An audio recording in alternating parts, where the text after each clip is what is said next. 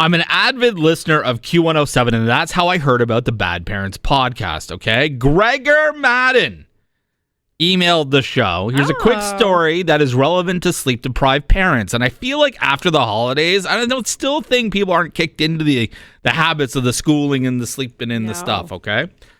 Way back in the summer of 2014, when my son was just 8, we were watching the Stanley Cup Finals together. A real East-West coaster between the Rangers and the Kings, okay?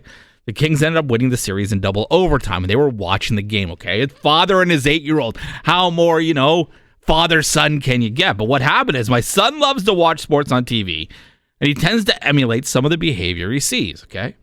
As you can imagine, the LA Kings players were very jubilant when they scored in double overtime, and many of them took off their helmets and threw their gloves in celebration. My son followed suit and stripped off all his clothes, naked. Nice. I woke up to a naked boy watching the players from the LA Kings celebrate their recent achievement. It was a bit surreal for me. Obviously, this was a long time ago. Cheers, Gregor Madden. Did any of your children whatsoever growing up emulate anybody you were kind of like, maybe you shouldn't have seen that or done that? Now, this past summer, that big Green Day tour that did North America, they had a band on it opening up. Their name was Rancid. And so my kids love Green Day, their catchy pop rock stuff. And they didn't come to the show, but I would send them videos of the songs they liked. And then when I got home the next day, my son was like, I want to be a rock star. Oh, boy. So I put on a Rancid video, and he started to emulate Lars, the semi-lead singer, rhythm and guitar player of Rancid. And so now whenever family or friends come over, he wants to do the rock show. Oh, so I have to put on the Rancid video in order for him to do the rock show. I'm okay with it, but he loves to emulate that stuff. Yeah. My kids haven't really emulated anyone where I'm like, ooh, you shouldn't do that. It was more my own personal childhood when I have an older brother who would watch wrestling and he would turn into whoever he wanted to turn into.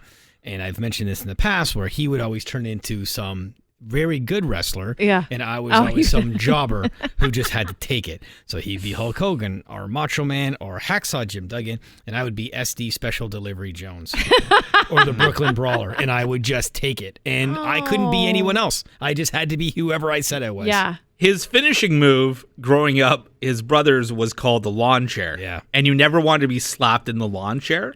And it was almost a thing like, in the Wonder Years, the older brother, that was kind of like Rye's older brother, where he'd just like look at you and be like, hey, you want, like for no reason, hey, you want the lawn chair? And you're like, no, like I'm just over visiting my friend. His whole shtick, he even came up with a character where he's like a guy in the summertime, like kind of a beach vibe, whatever, like zinc on the nose. And then his finishing move was a lawn chair. And so you ended up being the chair and he would just relax on you and just stretch you out, contort you or whatever that that's is. awful. Yeah. So it's funny. My kids, it's funny how things change. Like I have 3 boys, and they don't really like wrestle fight each other. No, mine whether don't either. It's play fighting or whether it's legit brothers dropping the gloves together. Yours don't either, right? No. Isn't that funny how? And I know you have a brother and your sister, so maybe but the relationship. he with his friends and even my dad and my brother, roughhousing. Yeah. Huge thing. So it is different. It's a very. I don't know if that's just gone. People don't want their kids roughhousing anymore. But yeah, my kids aren't all like that. I doing this podcast and having 2 younger children, I follow a lot of Instagram accounts, legit and illegitimate Instagram accounts about parenting.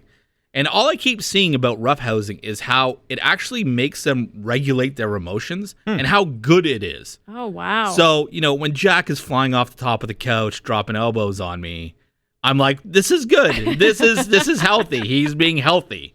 And I need to, pump him up for being healthy. My problem is I like to wrestle with them and play. What do you call it? Roughhouse with them and stuff like that. The problem is now I'll turn and I'll do it to like my 16-year-old, and he's bigger and probably stronger than me, thicker. And I'm like, I can't do this anymore. So now I'm down to 2. And even to be honest, the middle guy, he's 13. He's jacked. And he's like the Rick Rude of he's jacked up. Yeah, he's jacked up. And he's like, oh my God, this is so embarrassing. So I'm 49 years old, right? I got 3 boys. And my 13-year-old says, Dad, can I go sledding? No problem. I forgot my boots at school. I'm like, well, I have a pair you can try on. So he gets all ready. I'm like, how are they? He goes, they don't fit. I'm thinking, I know, too big, right? No, he's like, they're too tight. But I'm like, bro, they're a 7. They're an 8.5, bro. That's pretty big. Yeah. My 10-year-old is a 7. I mean, they're a 9. Yeah. They're an 8.5 worked in. Yeah, they're a 8.5. And they're a size 11 women's. Oh, man. Oh, yeah, you like to say the women's size. It makes you feel better. Yeah. Like if I was on you're at 11 Tinder, I'd be like, I just, my name's Ryan Parker, radio DJ, wear size 11 shoes. And then just like in the smallest little asterisk. W. Or let's see how this next letter resonates with you guys. This is from Lenny, all right? My 7-year-old daughter recently said to me, Daddy, you're way more chill with me than Mommy, and I like that, end quote. It caused me to consider how different and perhaps opposing our parenting styles are. I often find myself asking my wife to hold back or relax in what I feel are trivial childhood situations. I find my calm approach will diffuse almost any situation involving both of them. They are very much alike. Do you find yourselves in a position where you're the disciplinarian or the peacekeeper? I would like us to be more unified with our parenting styles, but I understand our differences. I'm completely more carrot than stick with my wife, and my wife is the complete opposite. Yeah, that's my household. I'm the peacekeeper. Yeah, she says, my sweet is such a good girl overall. I refuse to sweat the small stuff from life. Yeah, it's tough. That I say most of the fights I have with my husband is about our different parenting styles. He's very old school. Not super strict, but a disciplinarian and more stick than carrot. And I just always want peace. I hate conflict. I hate yelling. And we differ all the time. And I'm really noticing the change in Eli as he hits the preteens. Him and Mike now fight way more than they used to. Mm-hmm. And I've definitely become the favorite. And I'm not doing it to be liked. I just think you have to take the time to understand where they're coming from. Right. They got hormones. They've got all this stuff. A lot of times they're tired if they're playing a lot of sports. So it's hard to navigate. I think it's good in some ways to have different styles, but it definitely takes a toll on your relationship. And as the great Dr. Phil said, there's no more influential parent than the same sex parent. So it's got to be different for Mike with Eli than you with Eli as well, right? I'm not saying like that's the be on. It's not always comes down to gender. Yeah, that's true. I got to think. I don't know, like sometimes you feel like, and this could be completely inappropriate to say in 2025 because everyone's equal and everything's the same, but sometimes when the old man, and sometimes I mean it's physically like the old man's voice is deeper, you kind of like enough, stop it, right? And it's like, oh, okay, that's a reality check. But with that being said, I also know what I'm like, where I get disappointed in my parenting is, and my kids, I guess they know it, is if they ask enough, I'll eventually give in because I just can't. Because we're tired too. Tired. Yeah. And so it's like, I don't want to buy that app for you that's $7.99. I don't want to. We talk all the time about we don't have any money. We're trying to save and blah, blah, blah. And then you think for your own personal life, what am I doing to save every dollar I have? And for my own personal life. And then my kids are asking for something like, no, we can't. No, we can't. No, we can't. Fine. You know what? Fine. Because it's been 7 hours off and on now. I can't do it anymore. And they wear you down. Yeah, and they wear you down. And that $7.99 app won't last them more than what? 4 days before they start asking for something else. I feel with like sort of disciplinarian parenting styles, I think you both can't come in hot. No matter, even if you're both hot, you both can't come in hot. Yeah. Somebody's got to be the cooler, the good one, rather like the good cop, bad cop. And at least when me growing up, I don't know about you, Rye or Shauna, it was always wait till your father gets home. Yeah, right. Yeah. And, like I know that's kind of like a trope and like a bit of a saying. But that was said to me all the time. And I don't know if it was because my stepmother was just lazy and she didn't want to deal with the situation and I wasn't her kid. Yeah. And just wait till your father comes home because I just don't want to deal with this. Or it was legit she didn't want to. I don't know. I still struggle with that in my head. But I think the waiting for the dad to come home, the dad is supposedly supposed to be the authoritarian of the relationship. I felt like it was the final gatekeeper. Like even though my final dad, boss. My dad is the sweetest person, and I don't think I've ever been in trouble with my dad. But it was like you knew that it was like just the final step of your punishment. Right, if you don't fix it now, that's what's going to happen. And I think that was the threat. I don't remember ever getting in a lot of trouble from him, but it's like you didn't want that final gate to open. Yeah. You just didn't want to risk it, right? Yes. Plus, I think, and maybe it's just my own house, I don't know, but there was also, when I was a kid, it was more of like, I just didn't want to disappoint them. Yeah, right? And of that's course true. I did at times, and I upset them, and certain like you fake sick and they've had enough or whatever. But I find it with now, it's like I don't think they stress as much about upsetting you as a parent. Yeah, that's true. Right? Yeah. And I think too, you felt bad because your dad, for me, my mom stayed home for many years. So you felt bad bugging your dad because he'd worked all day. Right. So he'd roll in at like 6:30, and you just, I felt bad if he had to come home to something like that. Right. But where did you get that self-awareness from? Because I bet your kids don't have it, and my kids certainly don't. It don't matter Daddy got up at 3 a.m. to come into work. It doesn't matter Daddy doesn't feel very good. It doesn't matter that Daddy's tired. You can see it on my face. Yeah. I'm not in a good mood. They don't clue in whatsoever. They'll just poke and poke and poke and go until Daddy explodes. Yeah. Because I think, and I don't know if this is the answer or not, but I think generally speaking, everything is softer now, right? And everything, like there was a healthy fear of your parents, right? Where I was never worried that they're going to do anything really bad, but I didn't want to upset them. I don't want to hear about it. I don't want to get grounded. Right. I don't even want to have that feeling of like you yelled at me and now we all feel bad. Yeah. And I think now it's just like, we talked about this the other day with someone at work about kids when they don't go to school. And I think parents or teachers are doing their best. But when we were kids and you went to school, if you didn't go, eventually you would fail or you would miss the test. And there was no like, it's going to come out in your marks. Yeah. Now teachers, and I'm sure it's just the way the world is now. Now it's more like as long as they're mentally okay, it's okay if they don't know what 6 times 6 is, which of course we all know is 37. And so I think it was just a general feeling and vibe of a healthy fear of your children. Like, I think we went from like, our parents were probably like, you're supposed to be seen and not heard. Yes. And that's not right. I actually think the way we grew up was probably really the right way, where you were respected and they liked you and stuff like that, but you didn't push it too much. Yeah. Now it's like everyone has fucking feelings. I know. Just clean your room. Like, let's not overanalyze this, right? Make your bed. And my problem as a parent, where I get mad at, sorry, now you got me going. It's not, I don't expect my teenage boys to walk in their room and clean it. They're just not, they don't look at it like an adult. Like, I walk into a messy room and it's depressing. I get that they don't give a shit. I get it. What I can't handle is when I've asked you 3, 4, 5 times to clean your room, and I've given you an hour because I'm like, when I come back up, it better be done, and it's not. And then when it's not done, and I start to get upset, not the first time, not even the second time, but the third, fourth, fifth time, now you're upset with me. I know. They turn it. And I'm like, this doesn't make any sense. If you just did it, you think I would have come up here and said, hey, great job with your room, and then start yelling at you about something? Yeah. Just do it. And let's not overthink it. Do you ever find yourself in certain situations with your kids that if the roles were reversed and you did this to your parents, like how unbelievably messed up like the response would be? So like, I tell my kids as much as I can that Daddy gets up at 3 a.m. They have no concept of that time. And Olivia still comes in every night and just wakes me up. And there was a bit of a sickness thing, so she'd come in a little bit more. And she like came in, she like woke me up. She's like, Daddy, like one of my teeth are loose. What happens if in the middle of the night I lose my tooth in my bed? Can I come and get you, and you can come and help me find that tooth? Right. And just in the moment you're like, fuck no. Yeah. Like no, there's fucking no way. And I could imagine me going up to my dad. Oh yeah. At 6 and be like, Rick, I know. Can you? If my tooth falls out. He'd be like, I'll knock another one out. I know. Like, and you're just like, you can't believe it. And you're like, but how am I going to tell this kid who just wants help finding a tooth? No. But just like, not just how, it's like how quickly and how far these things have come. And you can be tough and rough and say, you know what? No, I'm not.